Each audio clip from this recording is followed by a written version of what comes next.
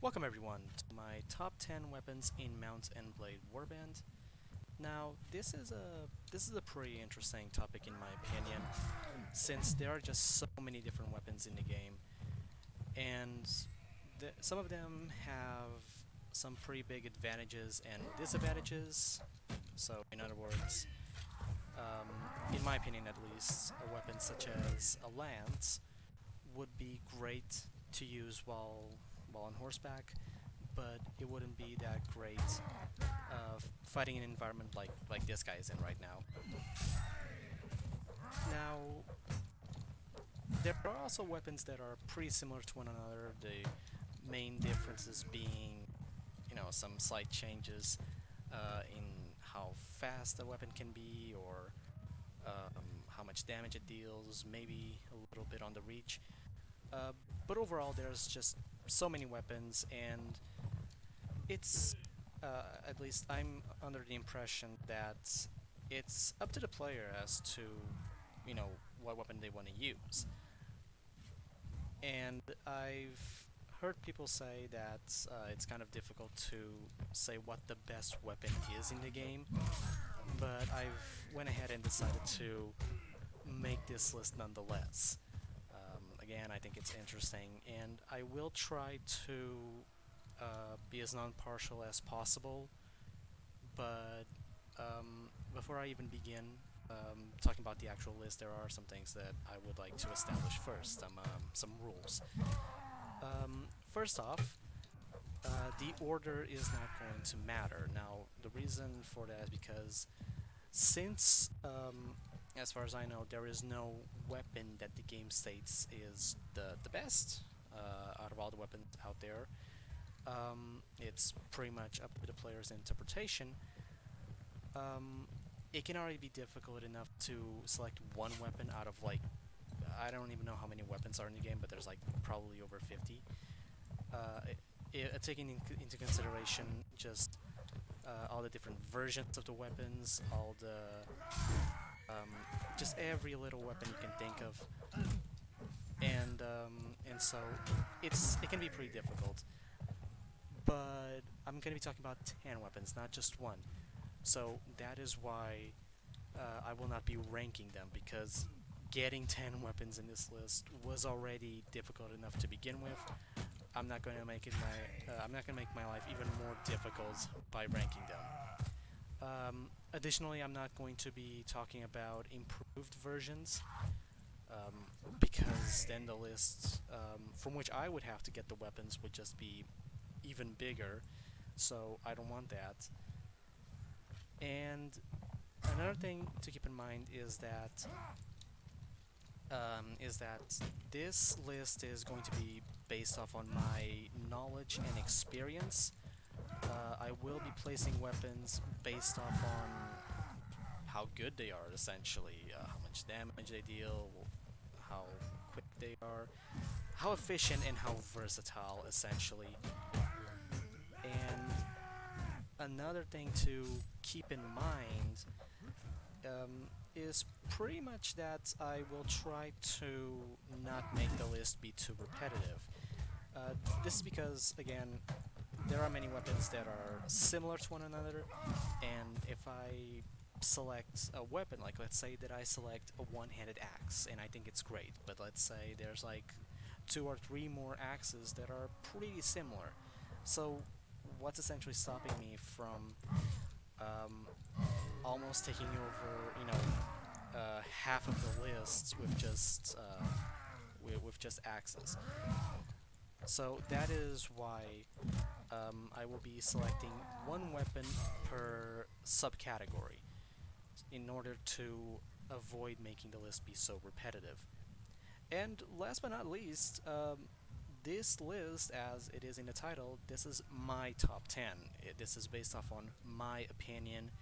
You do not have to agree with it, and if anything, uh, that's good. It means that you have a different opinion, and you can write it down in the comment section. And I am curious. I am curious to know just what people consider to be the top 10 weapons in Mount and Blade Warband. because again, different people, different preferences, different skills. So I am quite curious, but without further ado, let's begin. And the first weapon that I have on the list is the weapon that I'm actually using right now, which is the military pick. This is a one-handed, short, piercing weapon. It has a decent amount of damage. As you can see, it's quite efficient at taking out at pretty much anyone, whether that person is wearing bad armor or decent armor. The range can leave a little bit to be desired at times. I really have to get close and personal here in order to take out anyone. But it's efficient, it works, and aside from that, it's also pretty fast, so it's not one of those weapons where I have to stress about, like having to make the right hits, otherwise it's gonna take an eternity to hit again, and by then, my character's already down. And so I think this is a good start for the list. Up next, I have the Morning Star, and remember, the order does not matter in the list. Okay, the second weapon that I mention here is not the second worst or second best weapon in the list. It does not matter, regardless of in what position it actually is. It just doesn't matter. And I'm saying that because the Morningstar is perhaps one of the most well-regarded weapons in the Mount and Blade community, or at least from comments and from what I've seen in videos. It seems that people are pretty fond of this weapon, and honestly, I understand why. It's a two-handed slash one-handed weapon, meaning that it can be used with a shield, so it can be used as a one-handed weapon. However, it is best used with two weapons. As you can see, like this, it doesn't really have a lot of speed, it's not that fast, and it's not going to be, well, at least for me, it's not going to be very nice using this weapon in more complicated situations. Or, well, because I'm using it with a shield, maybe it will be, but as of right now, as you can see, it's faster when I'm using it with both hands. And that's honestly a pretty big deal for me, a weapon that offers some kind of trade-off, because if I'm just using a normal one-handed weapon, like a regular one-handed sword, and and my shield breaks, because shields can break in Mount and Blade Warband, then I'm just gonna be weaker. I'm just going to be more vulnerable. So having a weapon that actually gives me something in exchange for not using a shield, it's just better in my opinion. Or maybe saying it like that isn't the right way to describe it, but it's more comforting rather than just being more vulnerable. And as you can see, this is a weapon that is also quite powerful. And I mean, it does deal a good amount of damage. It's not as short as the military pick, but I would say it's still a bit of a short range weapon. It doesn't really have a lot of reach, but it's at a, for a one-handed weapon, I would say it's, in my opinion at least, in a decent, it's at a, yeah, it's decent enough in terms of reach. It's decent.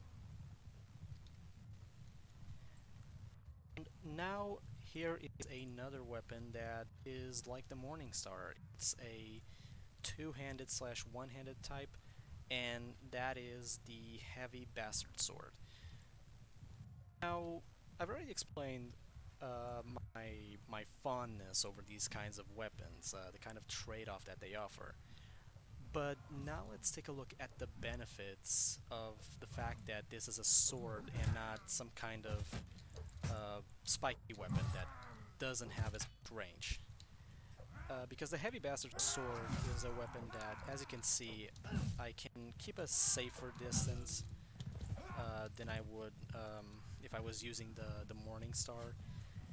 And I've also heard people talking about this, not as much as about the Morning Star, but it seems that this is a weapon that people in the community also like, and I can definitely understand why. I mean, if you want to use a sword, but you don't want to have like that vulnerability, and you still want to have, you know, some kind of reach, and have a weapon that deals a decent amount of damage, to say the least.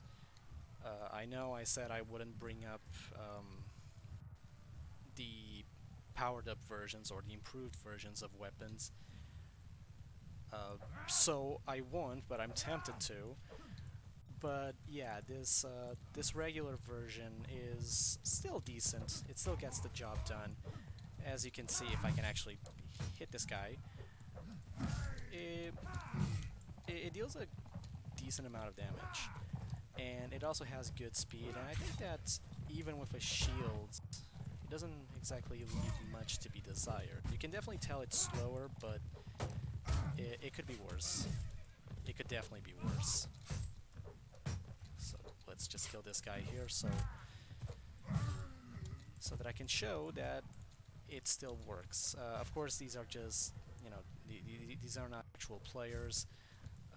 Against real people in multiplayer, it may be a different story, since some people there are ridiculously skilled. But at least in a single player world, or in a server that's just full of bots, the Heavy Bastard Sword lives up to my expectations. And now I have the Alpike here. Now, I don't really like to use polearms in Warband, uh, because I mean most of the time it just doesn't go very well for me. Um, the weapons tend to be a little difficult to use, or at least I'm not that good at using them um, when fighting as infantry.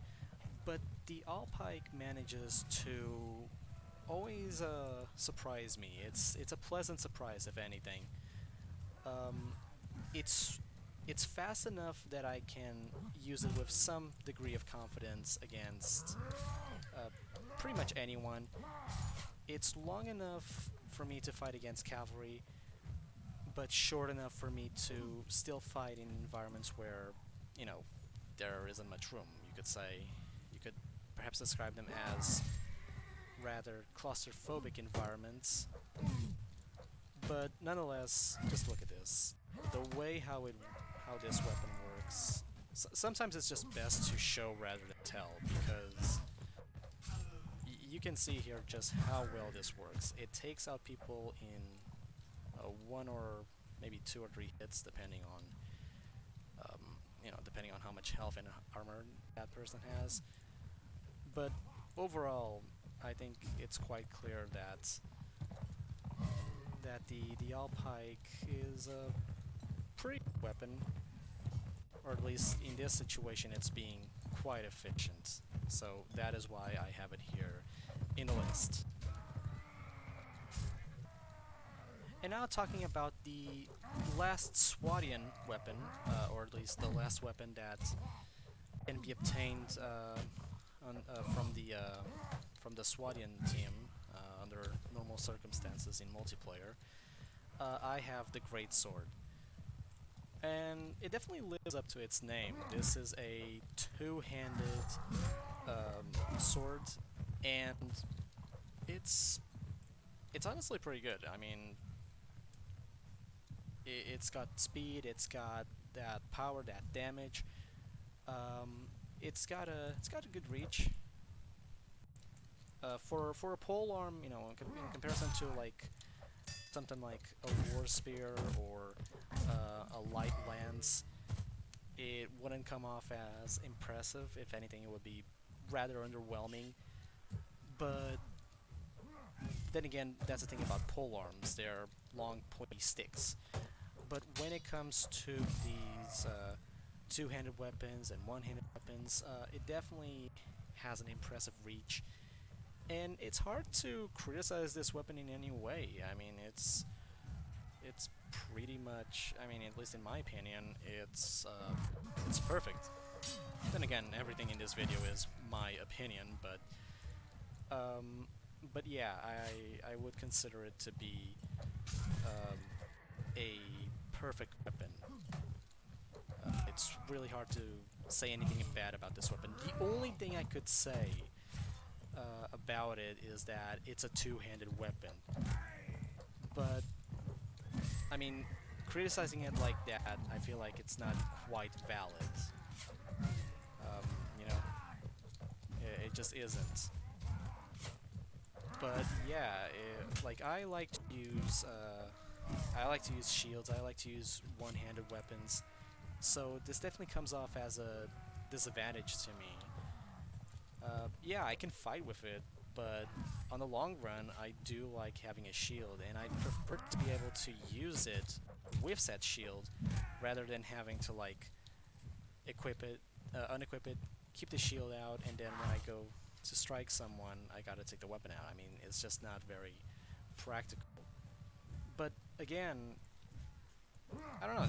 That's like criticizing a shark for not being able to walk on land. You know, like of course it wouldn't be able to walk on land. It's an aquatic animal. So criticizing the sword as a one-handed weapon just isn't a good argument because it's not a one-handed weapon to begin with. And you could say like, oh, it would be nice if it was at least partially one-handed, and that's understandable, but to criticize it in any other way, for me at least, just it just wouldn't be much of a great argument. But yeah, aside from that, great weapon, good reach, damage, and speed. Hard to point out any real flaws. And now heading to the sixth weapon on the list, or fifth if you were counting from 10 to 1. I have the two-handed Iron Mace. It's just called the Iron Mace, but I did notice that there's actually two Iron Maces, and one is specifically one-handed and quite different from this one. The two-handed Iron Mace is, in my opinion, the best of the two-handed blunt weapon category because it does have all four attack directions, unlike the sledgehammer or the great hammer or the maul. Um, it's that extra attack direction. It's also quite fast, and I believe that it is also the longest. It's the one with the most reach, but I might be wrong. However, um, I believe that its reach is comparable to that of a one-handed sword, whereas the others would be more comparable to something like a short sword. So, would definitely have an advantage on the reach department, maybe even the speed department. And if it doesn't, well, then it's still pretty fast. It is not the most powerful one, but as you can see, like it doesn't seem to be um, it doesn't seem to be a rather weak weapon. It seems to get the job done just fine. And I've used this weapon before in my single player campaign, and in that campaign my character was pretty strong, and as you can imagine, people were just being one-shot left and right. So this is a this is a pretty good weapon. I like it. I've used it numerous times while outnumbered. Uh, Using it while on a mount also works pretty well. And again, just it's difficult to point out any flaws. It's kind of like talking about the great sword again. And so next off, and getting closer to the end of the list, I have the Iron War Axe. The Iron War Axe is a powerful one-handed axe, and being an axe, it deals bonus damage to shields, And I really like this weapon, the power that it has, because it deals a lot of damage to begin with. Um, Even for an axe, it deals more than more than what would be considered typical, in my opinion. And it's a close range weapon, so I don't really have to worry much about hitting walls or hitting allies. And again, just super efficient.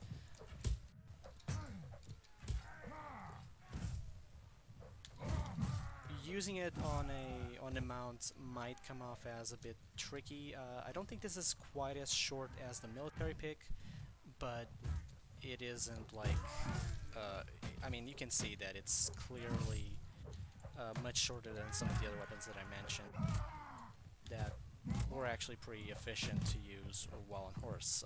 I did spend most of the time of this demonstration on foot, but anyone that's played the game for a decent amount of time, I think, can tell by looking when a weapon is good to use on a mountain and when it isn't.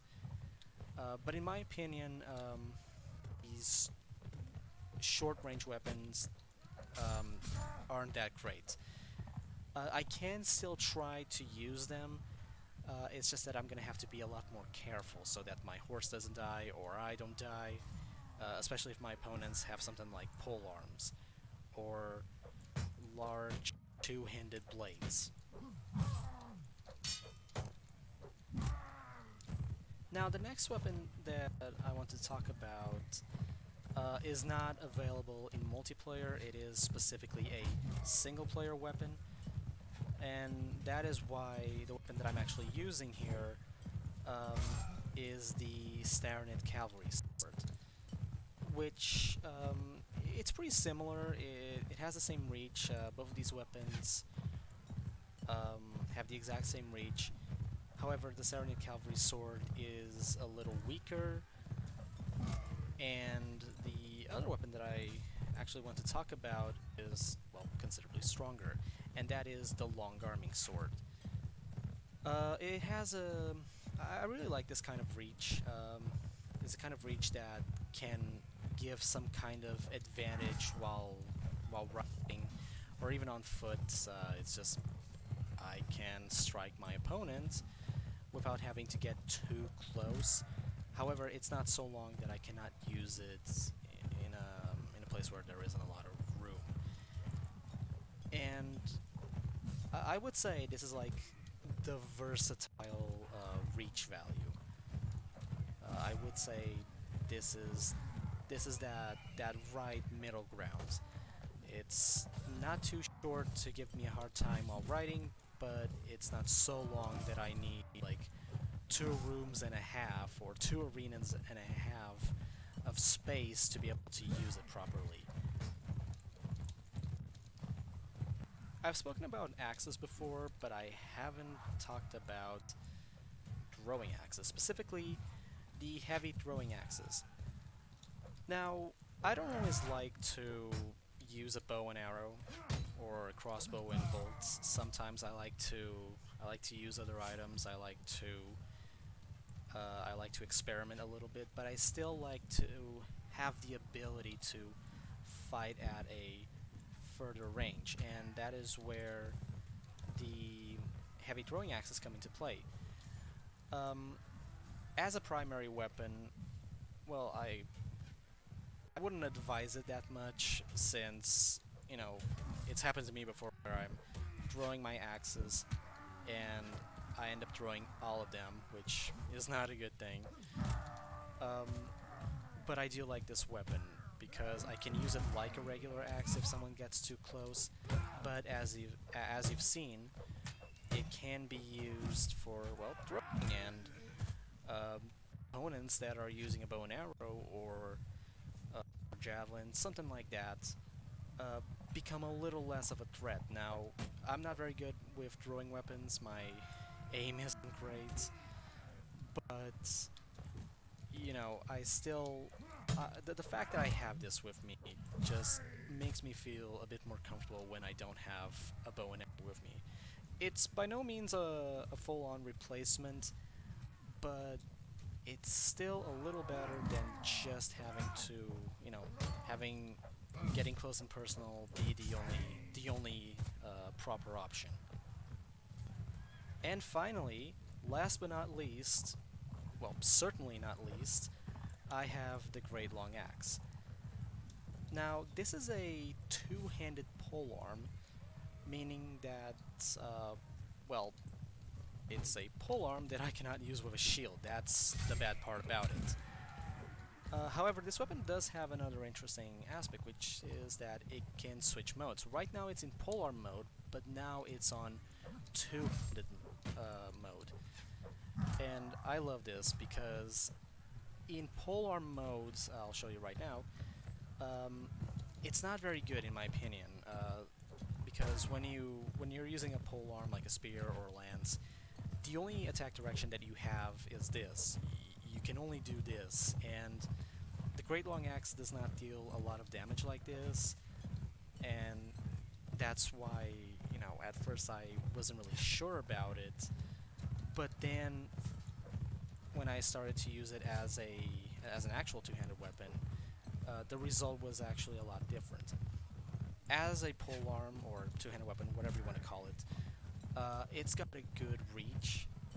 Again, it's not the same as a lance and even less than a pike, because obviously that's like the weapon with the most range in the game. But overall, this is a weapon that has a good amount of reach to take out just about anyone. I mean, it doesn't really matter if that person is on horse or if that person is on foot. Um, the person's going down. The only real problem is just that it's not a one-handed weapon or even partially one-handed. But we've been through this by now. We've talked about this, and aside from that, it's just a really good weapon to use. It's got that great range, and I can still use it.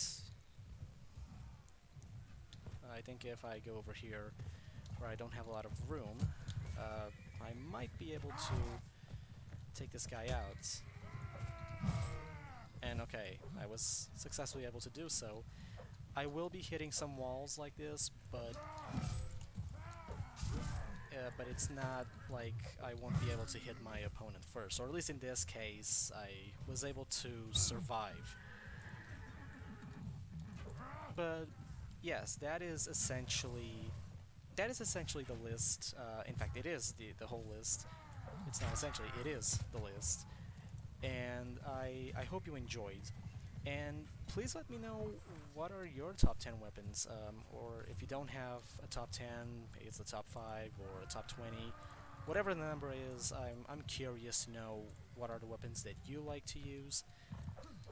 Um, Keep in mind that you may be more skilled than I at using some of these weapons, so the overall performance may not seem that great on my part, but nonetheless, I hope you enjoyed, and I'll see you in the next video.